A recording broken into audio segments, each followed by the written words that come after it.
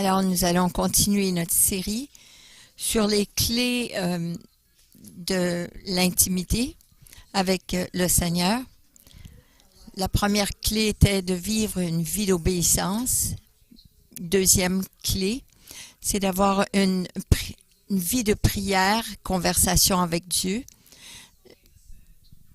Troisièmement, c'est de connaître qui Dieu est vraiment par l'expérience. Et la quatrième, c'est méditation par l'expérience de son cœur, par la révélation personnelle.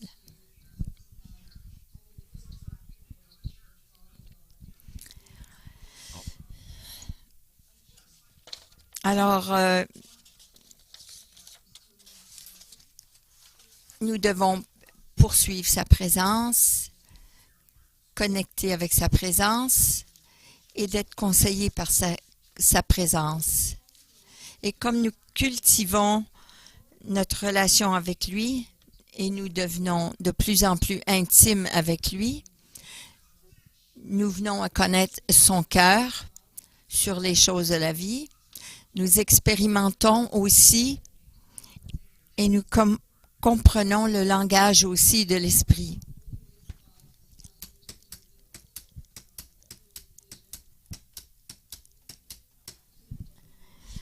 Alors, on sait par des visions, des rêves et en ressentant des choses par nos 5 sens.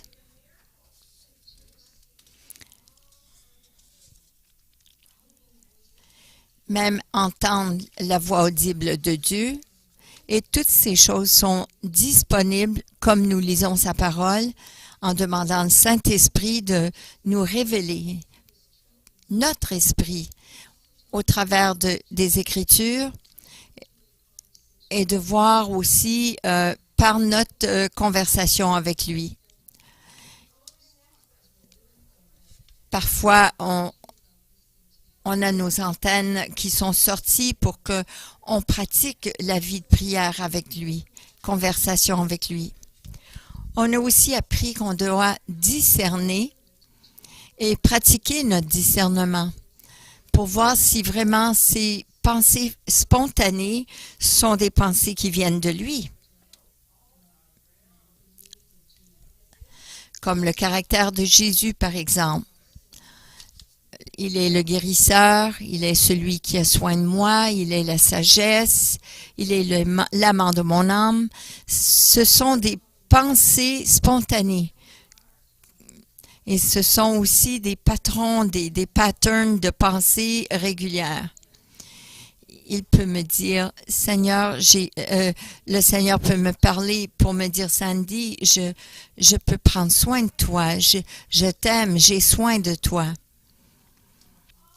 Alors, je peux savoir, en sachant qu'il est provision et qu'il a soin de moi, eh bien, que ça vient de lui. Je dois aussi discerner le mal. Celui qui détruit, celui qui vole. Les paroles ou les pensées négatives sont des pensées qui veulent me condamner, me faire sentir coupable. La pensée spontanée peut être « Ah, Sandy, tu n'accompliras pas cette tâche. Jamais tu vas l'accomplir. » Et je peux dire à ce moment-là « Non, c'est pas vrai ça, parce que je peux faire toutes choses par celui qui me fortifie. » Alors, je peux discerner si cette pensée est de Dieu ou du mal. Alors, les pensées spontanées de Dieu ou qui ne sont pas de Dieu, ce que je dois faire, c'est les rendre captifs à l'obéissance de Christ. Et je la rends, cette pensée-là, obéissante à Dieu. Alors, on doit comprendre que comme enfants de Dieu, nous avons l'autorité de fermer ces pensées, de les chasser. Alors, on les rend captifs. On les lit. On lit l'esprit on va dire, par exemple, ne pas se sentir digne, ou qu'importe le mensonge qui passe par notre esprit. Et nous prenons cela captif et nous disons, je commande cet esprit de manque je ne me sens pas digne, et je lui commande de partir au nom de Jésus-Christ et ne pas retourner. Et là, par la suite, nous demandons au Saint-Esprit de venir et de nous enseigner pourquoi on ne se sent pas digne et de remplacer cette parole avec une pensée ou une image de la perspective de Dieu.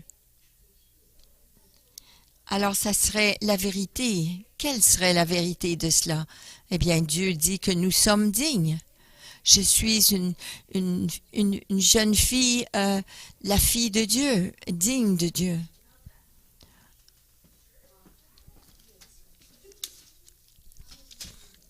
Alors, comme nous disons, une image vaut 1000 mots. Alors, on voit comme une galerie d'art.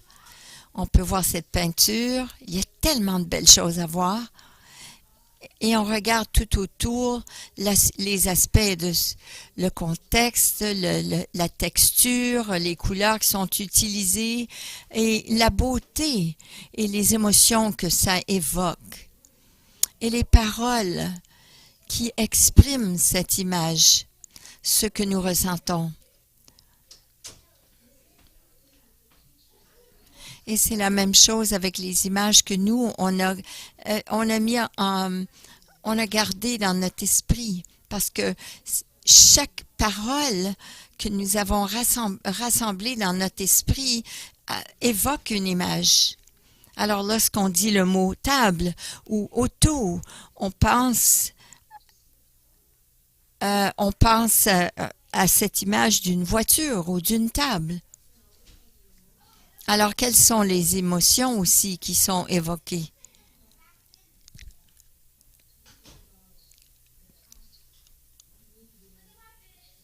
Alors, on peut penser à un film qui bouge, un film que nous avons vu. Je peux penser aussi à quelque chose que vous aviez fait lorsque vous aviez 5 ans.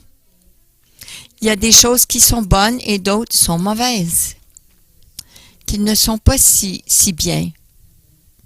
Et cela aussi, c'est une peinture de Van Gogh. Mais ça crée une émotion.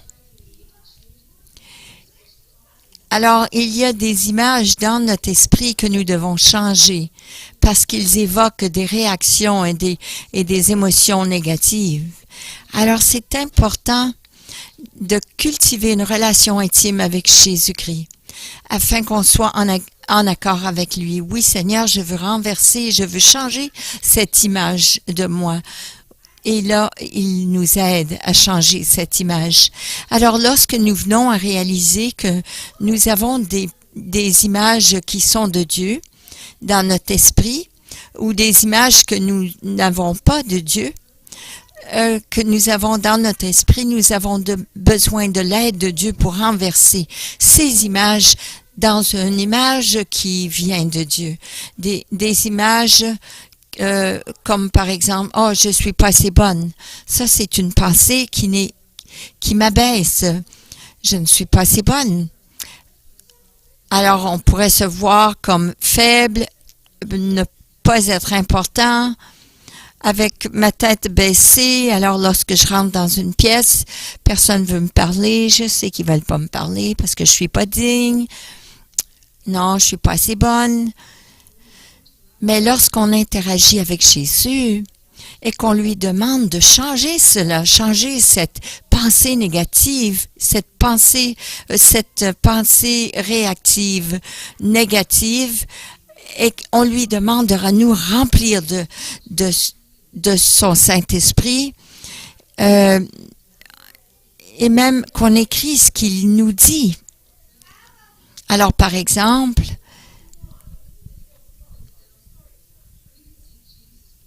on peut voir Jésus avec... il est en train de sculpter les rides de nos vies. Et là, il est en train de planer et de sabler, d'arrondir les coins. Oui, Jésus nous dit, voici je suis un chef-d'œuvre de Dieu, créé en Jésus-Christ, afin que je démontre les œuvres de Dieu. Alors, on peut vivre de cette image, cette nouvelle image. Je suis une nouvelle créature. Je peux maintenant me tenir debout, droite. J'ai confiance et lorsque je rentre dans une pièce, je peux aller vers les autres parce que j'ai confiance que Dieu m'a créé. Et je peux tout par celui qui me fortifie, car je suis vainqueur. Et je peux être productive dans ma vie. Alors, lorsqu'on a discerné ces pensées spontanées qui sont celles de Dieu, nous allons aller maintenant de l'avant avec la méditation de ces pensées et de les cultiver afin qu'ils deviennent une partie de notre vie, que nous ne vivons plus un pattern destructif, d'émotions destructives, des réactions destructives, mais maintenant nous agissons, mais d'un endroit qui a été guéri. Mon esprit qui est guéri est maintenant au contrôle de mes réactions, de mes actions, de mes pensées. Et ça dit ceci. Le psaume 1, 2 nous dit « Mais qui trouve son plaisir dans la loi de l'Éternel et la médite jour et nuit. »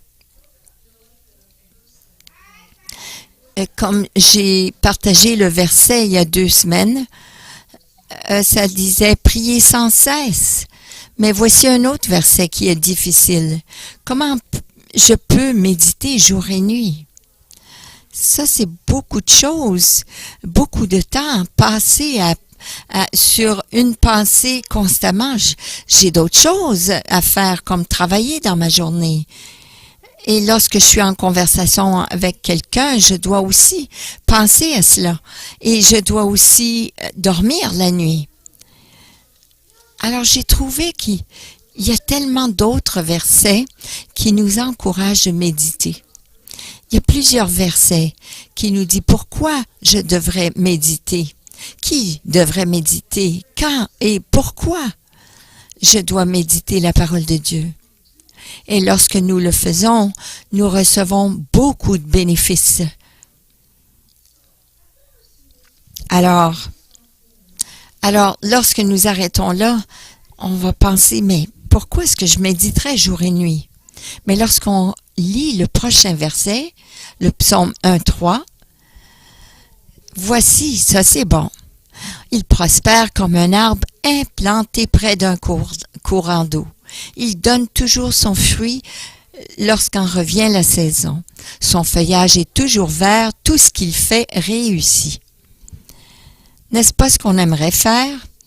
C'est merveilleux que les idées que j'ai sont créatives, qu'ils présentent des solutions aux problèmes. Ils sont remplis de la sagesse de Dieu. Ils sont des très bonnes idées. Ils sont profitables, ils sont productifs et ils nous récompensent. Et je n'ai pas le goût de lâcher. Je suis motivée d'aller de l'avant. Même si je relève les défis, il y a quand même une étincelle là qui me fait aller de l'avant. Il n'y a pas de fin à la bénédiction. Et pourquoi cela? Parce que j'ai pris le temps de fixer mes yeux sur Jésus et de lui poser des questions, de déterminer si ces pensées spontanées viennent de lui, de méditer là-dessus et de continuer chaque pas jusqu'à... Mais vous savez, de faire confiance d'un pas à la fois, c'est très difficile à faire. Mais Dieu ne veut pas nous donner tout le plan complet d'un coup, mais d'un pas à la fois.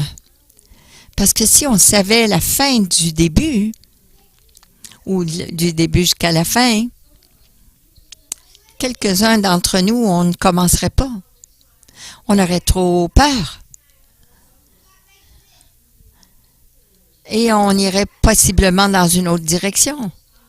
Et parfois, quelques-uns de nous iraient trop vite et même au-devant de Dieu.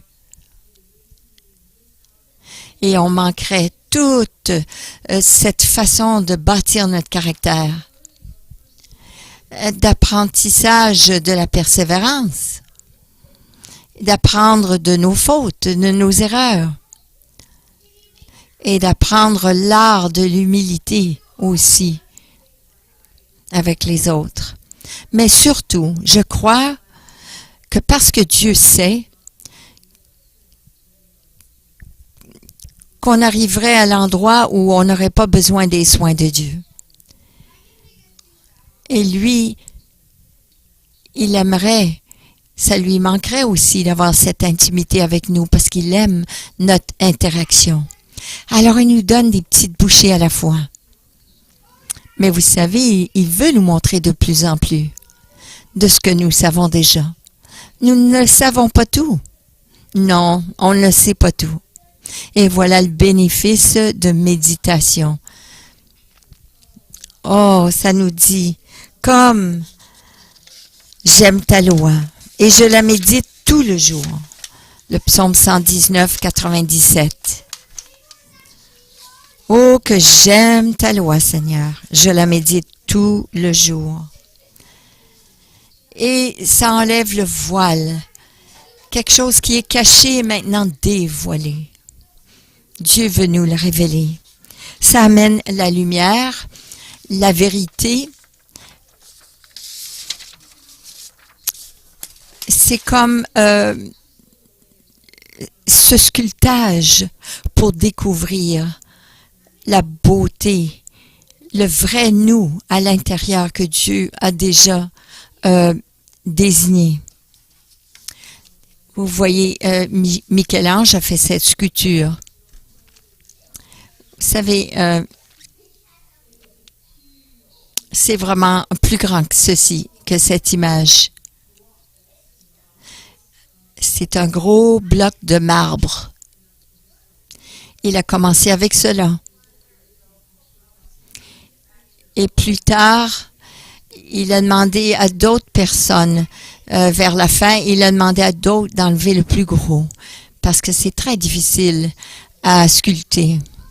Mais les sculpteurs, ils disent ceci, ils prennent une roche ou un bloc, et puis ils peuvent déjà voir l'image à l'intérieur, dans cette pierre, ils peuvent voir le dessous. Et comme ils sculptent ce qui n'est pas voulu, ce qui est de trop, ce qui n'est pas voulu de cette forme désirée, il y a quelque chose qui prend place. Et ce qui a été caché, ils ont ramené à la vie. Alors, ils croient que c'est déjà là, mais ils ont besoin de quelqu'un pour le sculpter. C'est comme Dieu, vous savez. Il sait la beauté qui est à l'intérieur. Et lui, il veut sculpter la partie qui n'est pas bonne. Regardons encore une autre fois. Un autre bénéfice de méditer sa parole.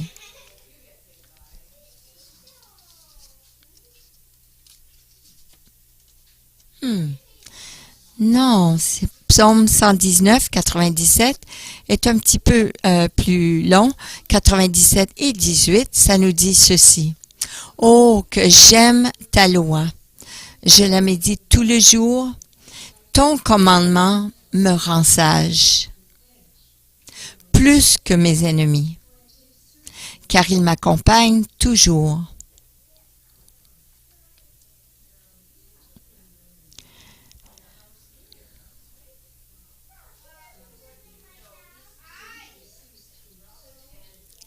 Alors je peux recevoir les plans stratégiques de Dieu.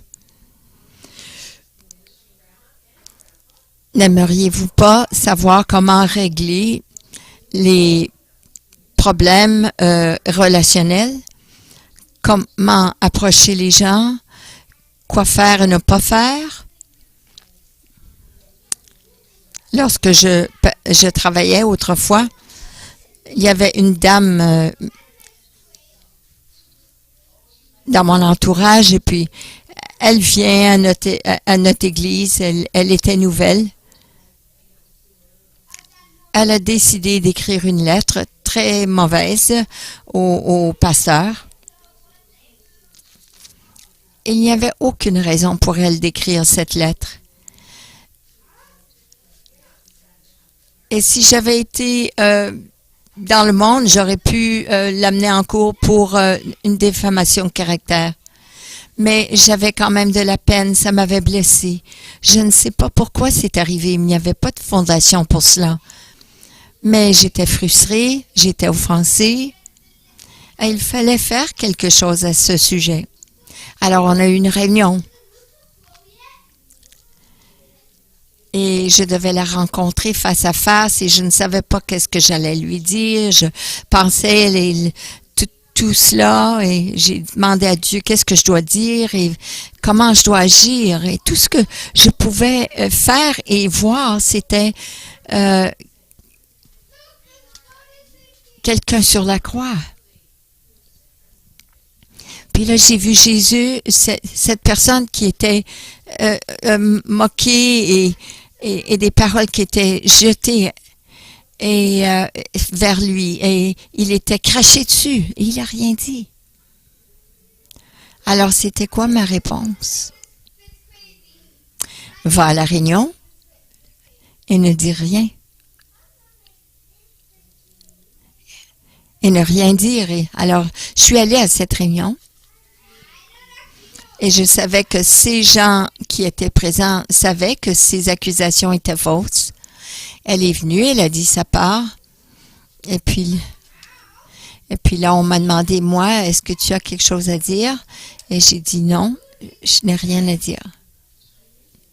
Alors là, ils m'ont regardé d'un drôle d'air.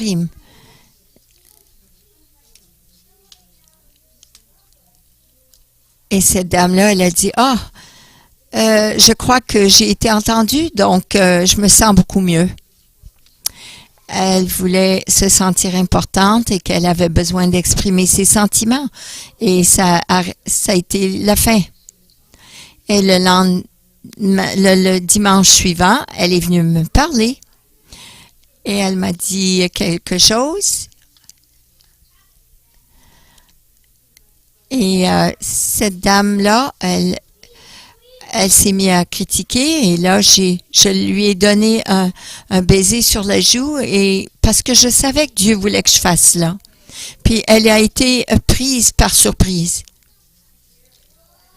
Elle a répondu, elle a dit, tu sais, on a beaucoup de choses à apprendre l'un de l'autre. On devrait aller prendre un café ensemble.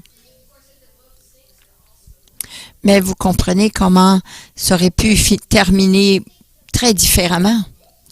On a besoin de comprendre les voies de Dieu. Parce que cela a amené la réconciliation. Et je n'ai pas eu à me défendre. Parce que je savais ce que Dieu pensait de moi. Je savais que j'étais sa fille et qu'il m'aimait. Amen.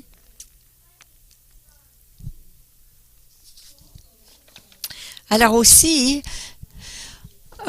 qu'est-ce qui arrive lorsqu'on a le dessus de nos ennemis? Avoir une imagination créative par les inventions. Et par les inventions, avoir la prospérité. Parce qu'il y a beaucoup d'inventions qui sont là. Et on peut faire des inventions, mais de Dieu. Et il peut nous donner des idées créatives afin qu'on soit en avant de tout le monde. Et ça serait merveilleux. Afin qu'on soit la tête et non la queue dans la vie.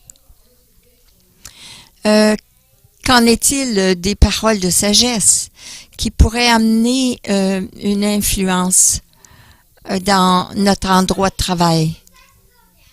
On entend parler des gens qui sont capables, qui peuvent conseiller ceux qui sont à la tête d'une compagnie pour partager les pensées de Dieu.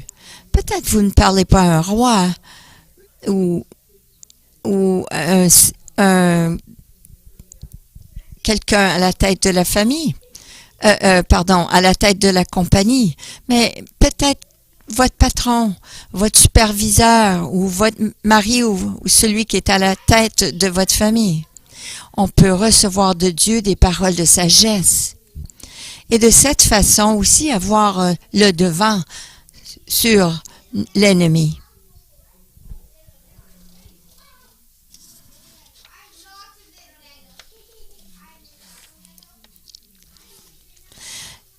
Qu'en est-il aussi de méditer qui est la vraie personne, la vraie moi? Et ramener ces bonnes images lorsque je reçois les flèches empoisonnées du malin. On doit utiliser la parole de Dieu pour combattre. On ne peut pas dire « Oh non, non, je sais que je suis comme ça. » Non, je sais que je suis un pécheur ou une pécheresse. Non, je sais que je ne pourrai jamais surmonter cela. Ça, ce n'est pas un combat. J'ai déjà perdu ce combat. Non, c'est pas ça qu'on doit faire. On doit prendre ses pensées et dire « Non, toi, tu n'es pas une bonne pensée. » Non, on doit être dans l'offensive et la défensive. On doit être prêt en tout temps pour démolir les mensonges de l'ennemi. Et on doit déclarer la vérité. Non, par cette pensée, non, démoniaque, non, ce n'est pas qui je suis. Je suis en paix. Je suis victorieux. Je suis aimé. Je suis, qu'importe la vérité que Dieu dit que je suis. Et vous la déclarez, vous la visualisez, vous la déclarez. Dieu a dit qu'il... N'a-t-il pas dit, Dieu, dans Jérémie 29, qu'il avait des plans pour nous prospérer? Il a des plans pour nous prospérer et ne pas nous faire du mal. Des plans de bonheur et non de malheur. N'est-ce pas cela que Dieu a dit à notre sujet?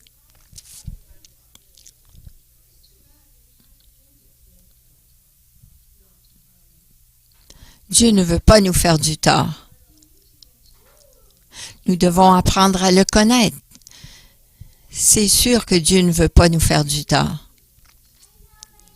Et nous devons le prendre au sérieux, ce qu'il dit à propos de nous. L'apôtre Paul, il a pris ces paroles qu'il a dit à Timothée et il a encouragé Timothée à faire de même. Voyons ce qu'il a dit. Il dit, « Ne néglige pas le don que tu as reçu, celui qui t'a été donné d'après une prophétie, lorsque le conseil des anciens a posé les mains sur toi. Occupe-toi de ces choses, donne-toi tout entier à elles, afin que tes progrès soient évidents pour tous. » 1 Timothée 4. Regardons la définition de méditer. Dans la concordance de Strong, ça veut dire haga. Et qu'est-ce que ça veut dire? Ça veut dire de réfléchir, de contempler. Alors, c'est de connecter les points, de méditer, de contempler, de réfléchir. Ça veut dire aussi le deuil, se lamenter. Se lamenter. Au travers la frustration de notre combat spirituel, on dit au Seigneur, « Seigneur, tu as dit ceci, mais regarde ce qui se passe. » Alors, le naturel ne s'enligne pas avec le spirituel, ce que Dieu il a dit.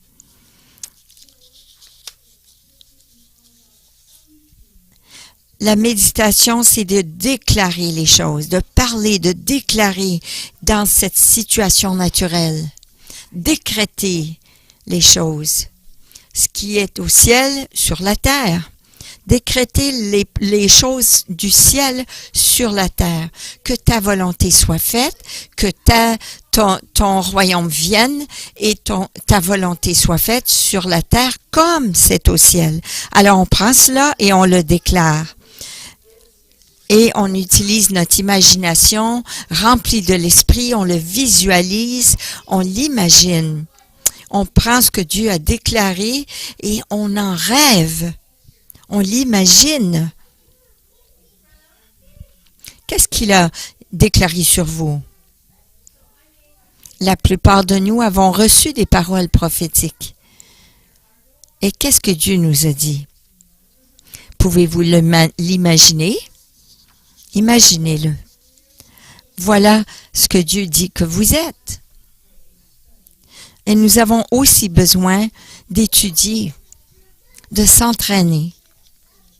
C'est de pratiquer, c'est d'exercer ce que Dieu veut ce que Dieu veut pour nous. Si Dieu dit que vous êtes un enseignant, alors apprenez à étudier, entraînez-vous à enseigner. S'il dit lorsque vous priez, les gens sont guéris, alors commencez à prier. Pratiquez, entraînez-vous.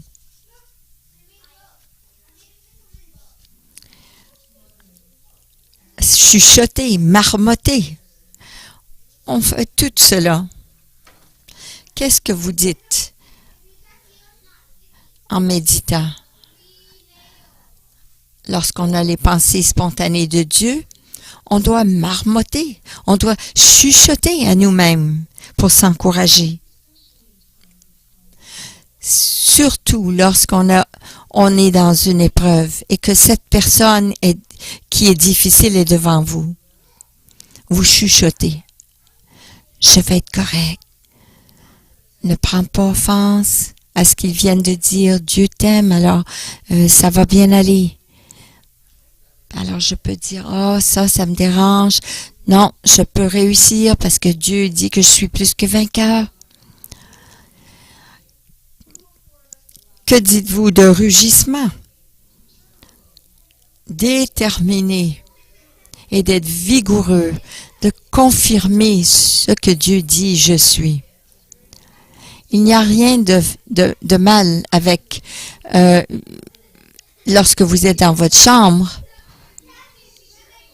et vous dites, je sais que c'est ce qui je suis. Je vais marcher de cette façon, je vais agir de cette façon, je vais faire parce que Dieu m'appelle à cela. Alors je peux rugir, je peux être vigoureuse et je peux être même en colère, mais d'une bonne façon.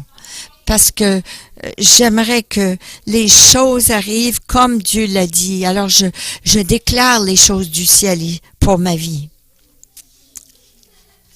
Un petit à côté. Lorsque j'étais en 3e année, on m'a ridiculisé. On riait de moi lorsque je parlais. Et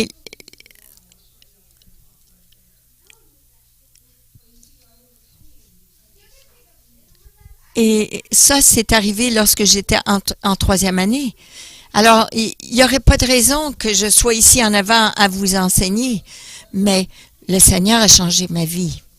Alors, il faut le vocaliser, il faut le dire qui nous sommes en lui. On ne peut pas rester offensé, on doit aller de l'avant. Il faut parler, il faut vocaliser et se mettre en ligne avec ce que Dieu déclare à notre sujet. Si on continue de dire « je ne peux pas faire ça », vous ne ferez pas parce que vous ne l'avez pas visualisé. Vous devez le voir. Et une fois que vous le voyez, vous pouvez le faire, vous savez. Parce que vous allez aller de l'avant. Vous allez faire ce que votre pensée et votre cœur ont dit. Alors, vous allez le confirmer. Et le dernier, c'est d'être irrité ou d'être offensé. Ça fait partie, ça, de la définition de méditer. Vous prenez votre offense à Dieu et vous permettez à Jésus de changer, l'Esprit de Dieu de vous changer. Pourquoi vous êtes offensé? Voici une partie de cette définition de méditer. Alors, cette définition de méditer, je peux voir Paul qui exhorte Timothée et qui lui dit « Hey, Tim, peux-tu te voir comme une personne comme Dieu te voit? Tu prends ces paroles prophétiques que Dieu a dit à ton sujet et tu les vis. Tu peux te voir de cette façon parce que tu sais, Timothée, tu dois y croire. Ça peut faire toute la différence dans ta vie et dans ton ministère. Tu sais, Timothée, tu sais ce que je veux que tu fasses? J'aimerais que tu imagines que tu es cette personne que lorsque on impose les mains sur toi et qu'on dit tu vas faire cela, je veux que tu commences à l'imaginer, que tu le rêves d'imposer les mains sur les gens et les voir guéris. Imagine imposer les mains sur eux et les voir délivrés. Je veux que tu imagines cela. Tu sais, Timothée, lorsque tu es là et que tu marches et que je veux que tu t'imagines à proclamer la parole de Dieu devant les gens, devant un groupe de gens, des foules de gens. Et je veux que tu imagines que cette parole va les changer, va les transformer leur vie. Alors, viens-t'en, Timothée, allez, rentre ces paroles de prophétiques en toi et commence à mémoriser la parole et commence à déclarer des choses que Dieu a dit à ton sujet. Je veux que tu regardes dans le miroir et que tu les déclares jusqu'à ce que ça devienne partie de ton esprit et que ton cœur dit oui à ces paroles. Et que ça s'enligne avec ton caractère, que ton caractère va suivre cela. Et là, tu vas voir, ça va tout s'enligner ensemble. Oui, la méditation. Se remuer. De se dévouer entièrement à ces choses. Il y a tellement d'avantages d'être unis, corps, âme, esprit, avec nos paroles, nos pensées,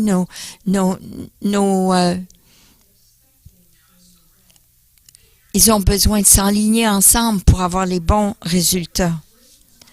La parole de Dieu dit en Psaume 19, 14, « Reçois favorablement les paroles de ma bouche et les sentiments de mon cœur, ô Éternel, mon rocher et mon libérateur. » Vous voyez que dans ce verset, il y a quelque chose de différent dans le mot « méditer » là. C'est le mot « méditer », mais c'est « higoyon » et ça veut dire « retentir ». C'est un son qui est déterminé et qui est focusé. C'est un son solennel. C'est un son sérieux et déterminé. Déterminé que rien ne va changer votre nouvelle identité. Alors les paroles de ma bouche et les méditations de mon cœur plaisent à Dieu. Je me rappelle avoir lu ceci. Ça dit ici, la parole de Dieu est vivante et efficace, plus tranchante qu'une épée quelconque à deux tranchants, pénétrante jusqu'à partager âme et esprit, jointure et moelle. Elle juge les sentiments et les pensées du cœur. Hébreux 4:12. Alors, on a besoin de s'enligner avec cette parole. On a besoin de le méditer, de le déclarer, de le chuchoter et de s'enligner avec cette vérité. Mon cœur, ça dit ici, je mets dans le Proverbe 3, 5 à 6, ça dit, mets ta confiance en l'Éternel de tout ton cœur. Ne te repose pas sur ta propre intelligence, mais tiens compte de lui pour tout ce que tu entreprends et il te conduira sur le droit chemin. Il ne faut pas changer d'idée parce qu'un homme qui change d'idée est comme une vague de la mer qui va et vient.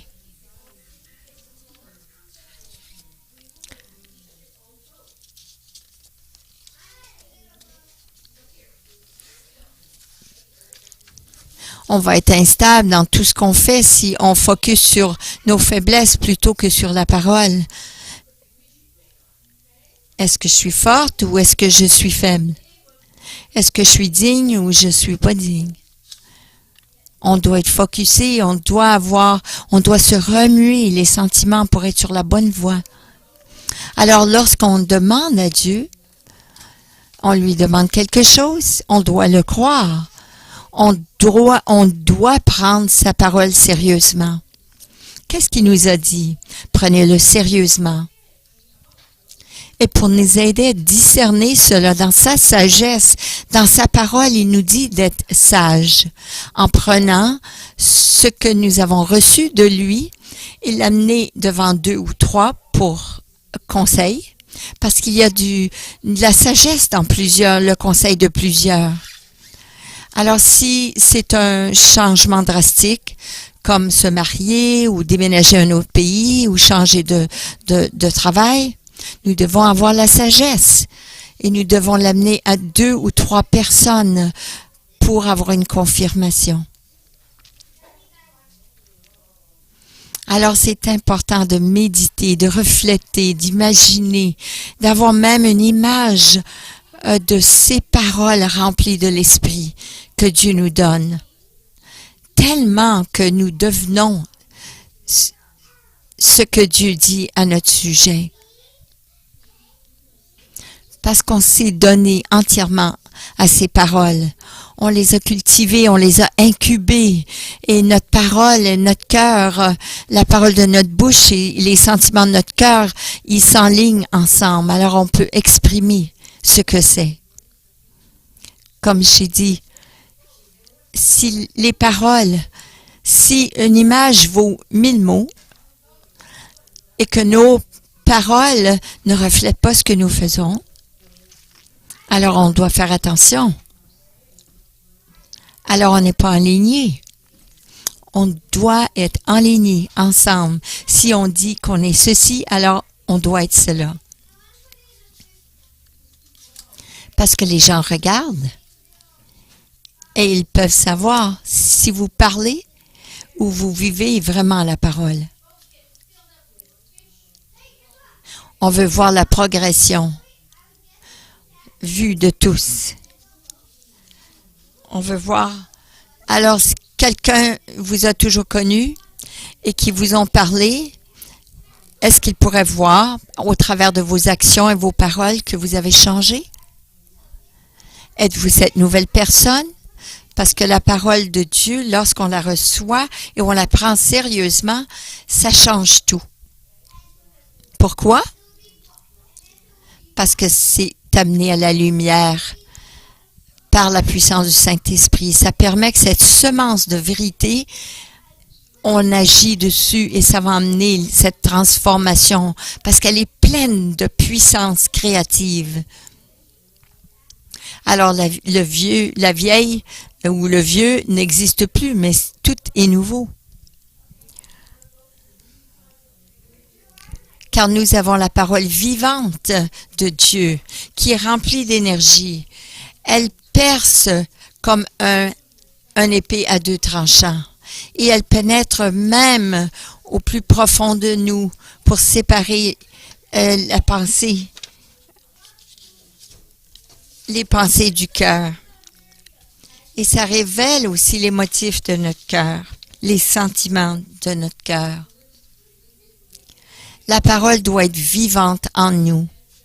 Alors on doit connaître les Écritures pour comprendre la vérité de Dieu. Cette parole est vivante, elle est active et elle vient agir sur les blessures que nous avons. Elle veut sculpter les choses qui ne sont pas nécessaires, qui doivent être enlevées. Alors nous devons vivre de la pensée. Et ça, c'est la source. Nous devons vivre de la parole de Dieu, la parole de vérité, de ce que Dieu dit que nous sommes.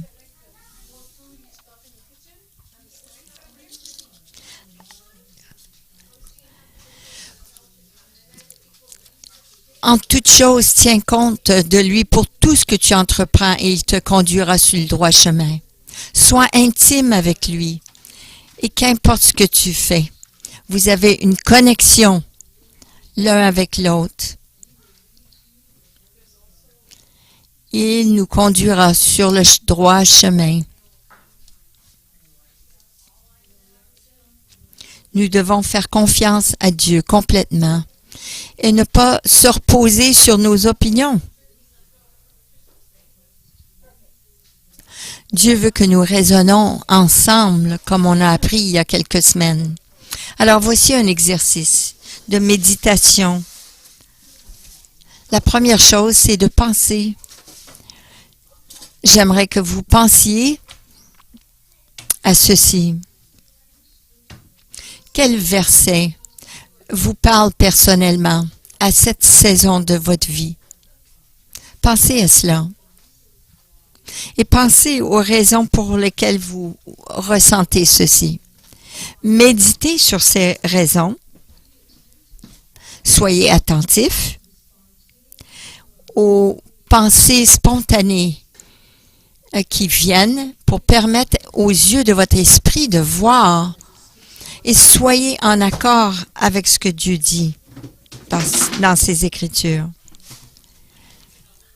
Et ensuite, vous écrivez ces versets, ces Écritures qu'il vous donne. Et comme vous lisez chaque ligne, demandez au Saint-Esprit de déclarer les vérités dans votre esprit. Et vous posez d'autres questions. Et comment vous pouvez lui poser la question, comment est-ce que je peux vivre une meilleure vie en méditant sur ces versets?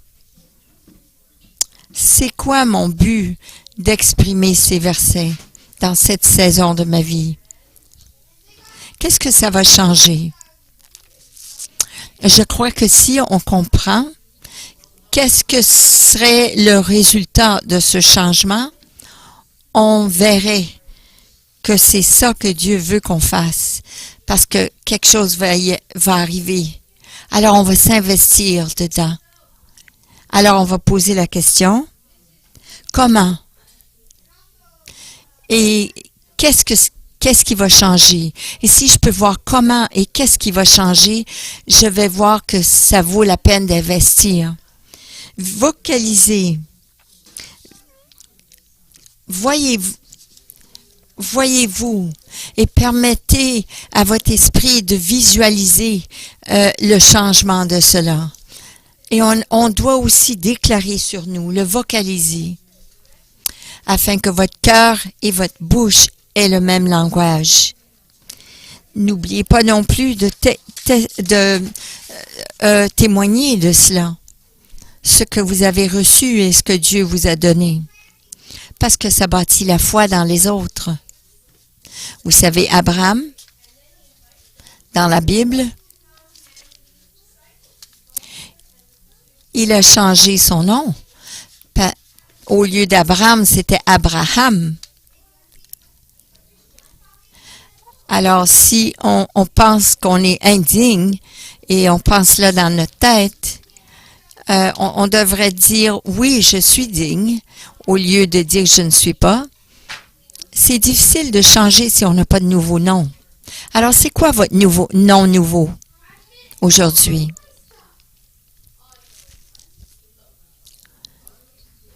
On ne doit pas renoncer ces défis. Ou même si la parole ne s'enligne pas avec ce qui est naturel.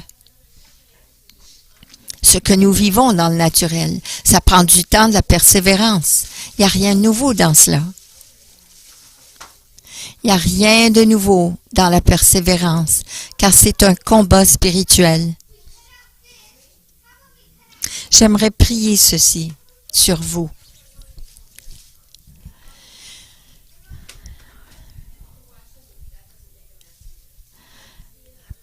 Père éternel, je prie que notre foi naisse d'un cœur qui répond à la parole ointe de Dieu.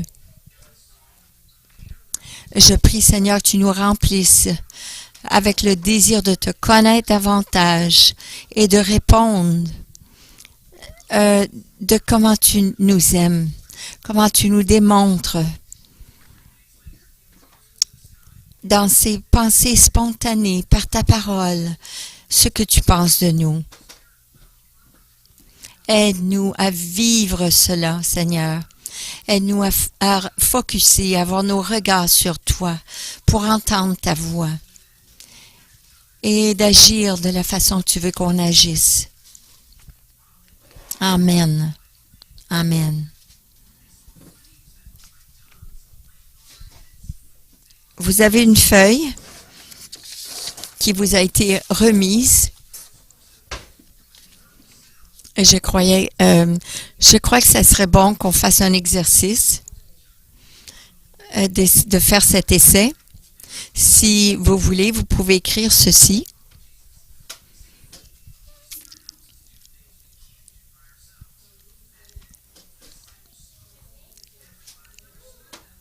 Alors, vous pouvez écrire ce que vous ressentez, ce que Dieu est en train de vous dire. Mais ce verset, c'est Colossiens 2:3. C'est en lui que sont cachés tous les trésors de la sagesse et de la connaissance. Et là, je vous demanderai de méditer et demander à Dieu ce qu'il essaye de vous dire au travers de cela. C'est comme un trésor qui est caché, mais qui a besoin d'être découvert. Il y a tellement du trésor en vous qui attend d'être découvert. Et c'est la sagesse du ciel. Et ce sont des richesses de révélation qui sont en vous. Ça, c'est le royaume, vous savez. Alors, prenez un moment et j'aimerais que vous demandiez à Dieu ce qu'il vous dit, ce qu'il veut vous révéler pour votre vie à vous.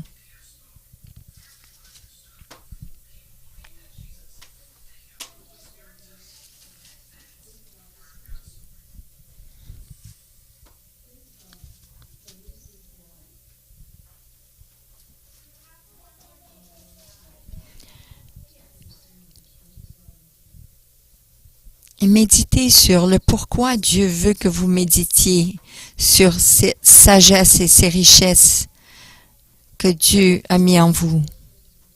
Pouvez-vous visualiser ces trésors? Demandez-lui, c'est quoi ces trésors-là? Quels sont ces trésors qu'il a mis en vous?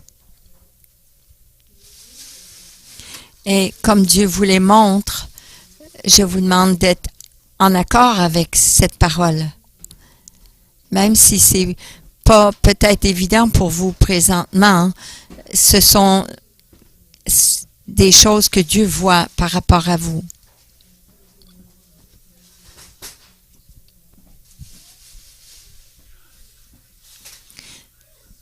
Vous pouvez le retrouver en ligne et vous pouvez le continuer à la maison aussi.